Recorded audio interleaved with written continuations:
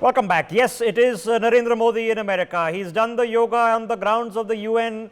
He's being hosted by Joe Biden at the White House, and a diaspora event is coming up along with innumerable number of meetings in a 3-day jam-packed schedule. To discuss and get a perspective are some of the most important people in North America who influence and comment on policy. Let's kick this off. Rick Rosso joining us on the broadcast. He's chair of the US-India Policy Studies in CSIS in Washington. Rick, thanks very much for sparing your time once again on NewsX and joining us on the telecast. Our time is short, so let's just jump in. Has India's Prime Minister and India as a country now jumped past the polarization of politics in America? You've seen people commenting that, great rapport with Donald Trump, but because you got too close to Trump, you're going to be unacceptable to a Biden administration. Now the red carpet is being rolled out. Have we transcended American politics? I think that's true. You look at some of the high points in U.S.-India relations over the last 20 years. It was President Bush that first put on table civilian nuclear cooperation, which still remains probably the biggest single deal that we put on the table.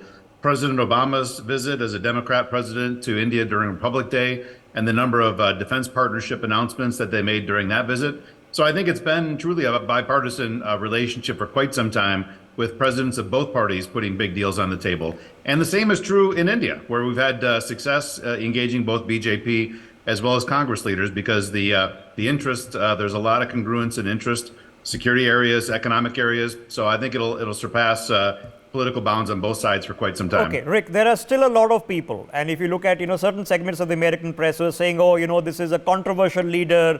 There are massive issues happening in India. We can't seem to manage our population. We need lectures on human rights and democracies. Are we getting past that in the general recognition of what India represents?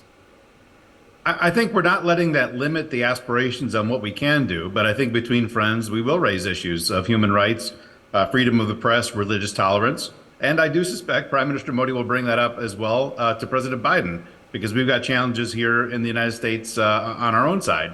But I do think that these issues will continue to be there. There's going to be other issues of divergence.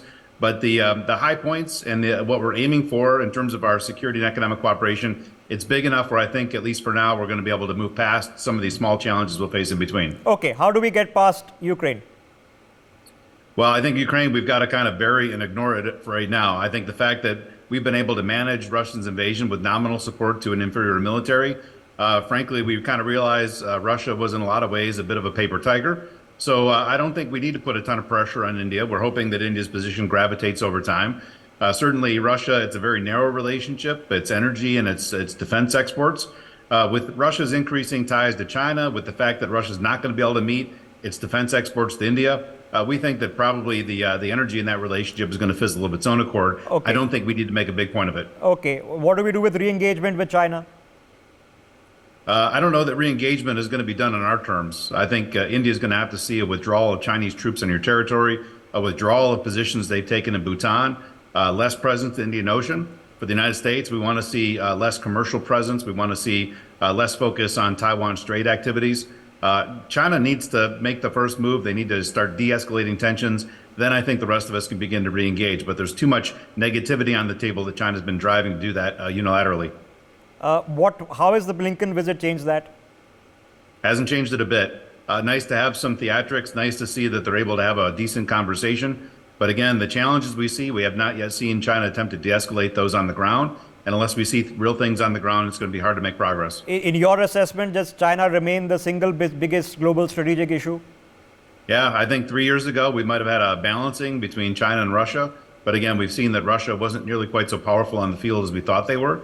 Now all eyes are certainly going to be on China, with only minor periphery threats like North Korea and Iran and Russia that kind of remain in the background. Okay, both countries are headed to elections, and elections are democratic, and therefore we don't know what's coming.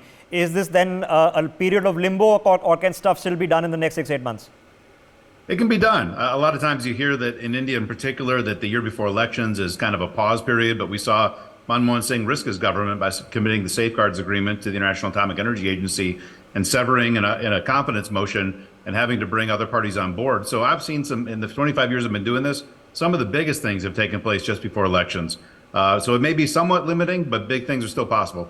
Okay, when it comes to an understanding of India's contributions to now building the world's largest solar parks, to go green, is this reflecting in policy circles that an effort is being made in India regardless of what happens at the COP dialogues? It's narrow. I think the climate community recognizes India's contributions, but writ large, I think when President Biden is thinking about the ultimate importance of a visit like this, it is more focused on security and is trying to remove China's claws in terms of the ability to initiate commercial coercion against other countries in strategic and emerging technologies. So certainly, climate change, renewable energy is on the table, but defense and strategic tech seem to be the big priorities for this trip. Okay, there used to be a time not too long ago where the perception of Indians was that you've been Bangalore, the jobs are gone, back-end operations.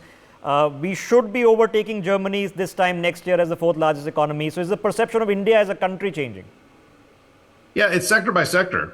It was pretty shocking to see that from when I don't think many Americans perceived India as challenging American dominance or global dominance in emerging and modern industries, to see the tech industry take off because of Y2K, because of some big telecom reforms the government did, suddenly go into the forefront. We see that today in autos and auto components. We see it in pharmaceuticals, certainly generics.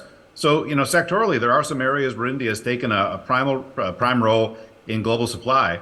But of course, India very much wants to see Make in India take off and for India to be a key producer in areas like semiconductors, solar panels, things like that. And hopefully, again, a visit like this can nudge that along to some extent because the United States can be a significant partner in those areas. Okay. Other than atmospherics, are you hoping that something big happens, the defense deal happens, some arms purchases takes place from India? What would signify something as a proper takeaway?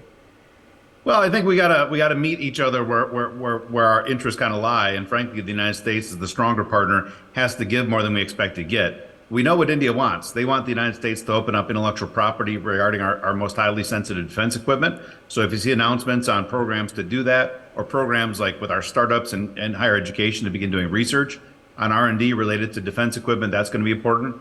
The United States to recognize the challenging environment India sits in geographically. When we think of Indo-Pacific threats, to most American analysts, it's more the Pacific threats. But India's own neighborhood, as well as the Indian Ocean region, are challenged. So I think we need to make sure that as the larger partner, the United States meets India where their interests are, and that can unlock more cooperation. Okay, I'm going to throw in a tough hypothetical question to end this. If India were to take steps, Rick Rosso, over reintegrating Pakistani occupied Kashmir with the Indian mainland, how would this go in the current global environment? I don't think trying to reintegrate would go over very well in the global environment. We don't want to see fighting and instability anywhere on Earth, but you have seen the United States casting a bit more of a blind eye in India's ability to respond to specific attacks. So initiating whole cloth, a big fight to retake territory would go over poorly and seriously damage a relationship, but India acting in its own interest against terror attacks, I think there's a higher degree of comfort. Okay, fair enough. Rick Rosso, thanks very much for joining us with your takes. For more such videos, subscribe to the NewsX YouTube channel, hit the bell icon.